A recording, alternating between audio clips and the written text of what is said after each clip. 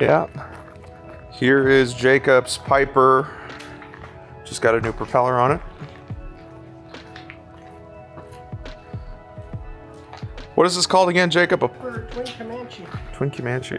Originally, it's a single-engine airplane, and they converted into a twin, as happens to many light twins.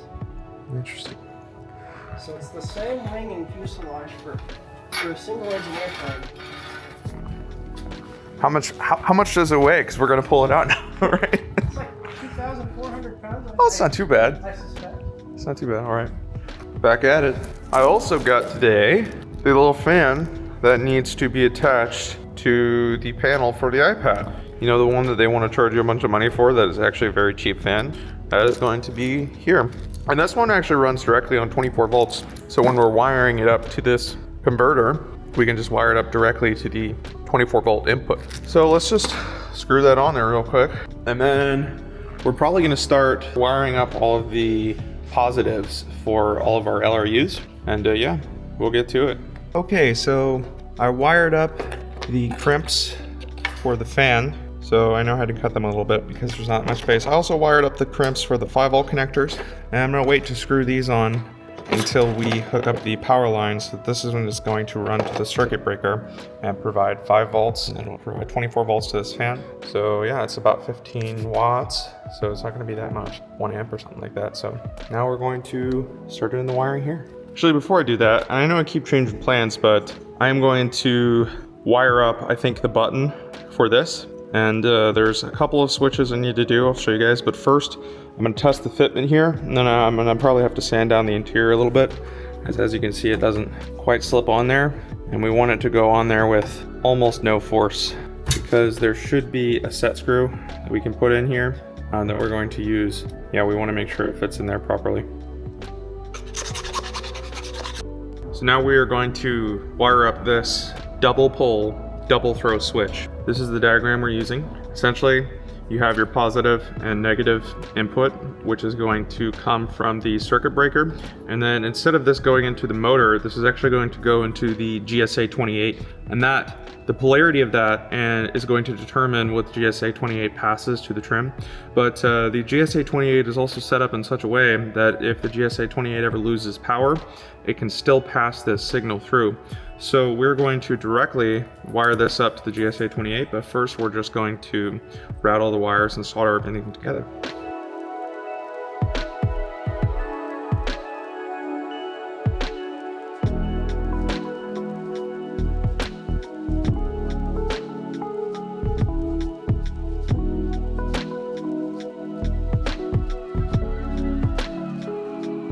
So here is the final result of our wired up switch. So this will go to the positive and negative of the trim breaker. Then these, the green and the orange, will go to the GSA 28. And the GSA 28 will then pass that signal to the motor. So this is complete. Now we need to wire up our switches for disconnecting stuff. And other than that, we should be pretty good to go on the pilot side.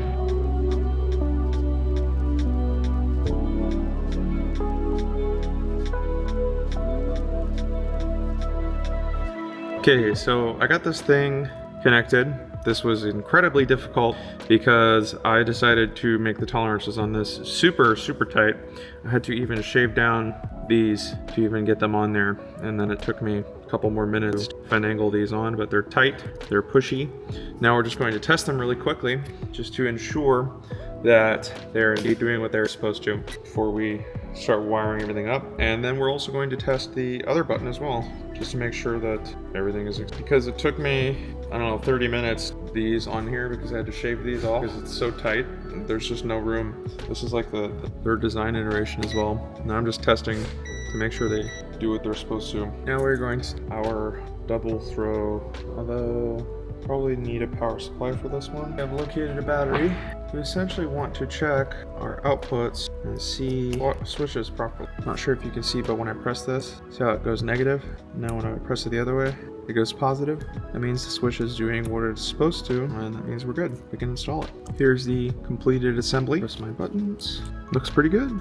Okay, so I almost got it on there, but it's not quite fitting into place, and that's because I believe that there needs to be some of the material here needs to be shaved down. So we are going to shave that material down and try to get this thing to fit in where it should. Let's just do that real quick. Okay, so I finally shaved this down enough to get this to fit right. We're just gonna do a little bit more sanding and then put the button back in and test everything. Something I also did that I wanted to show you guys was I went in and after I shaved these, I just blasted it with a little bit of a propane torch so I could melt down the burrs. So less of a fire hazard that way, having little fibers sticking out. But yeah, it doesn't look like super pretty on the inside, but it's functional. So we're gonna close it up now. Okay guys, this is done pretty much. I finished wiring up. So there's a lot of active low signals coming out of here. So I wired them all to one single ground. So these are all just ground because, you know, essentially the signal that gets processed just takes these signals and grounds them. So you know if you're using the autopilot disconnect, the control wheel steering, or the comm, these are all active lows. So this is pretty much complete. I also went and I labeled all of these wires. So when we go to install it, we know which was which. I would actually start installing it now, but I don't have nice screws that I need to screw this faceplate. So we're not going to install it for now, but we are going to install it very soon, I think. I'm excited to get that done. But yeah, I guess that's, we can do a little bit more wiring and some other stuff now. I'm finally glad that I got this done.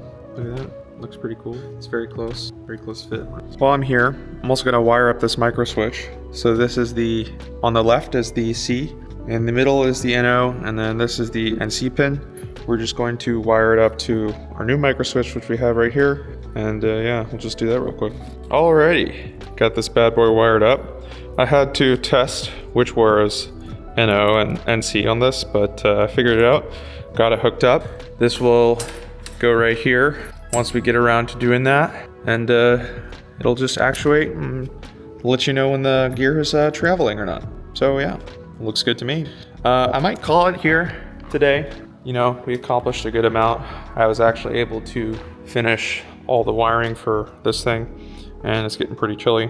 We got some other stuff to do today, so we might just call it here, and I think I'll catch you guys in the next one. Peace out.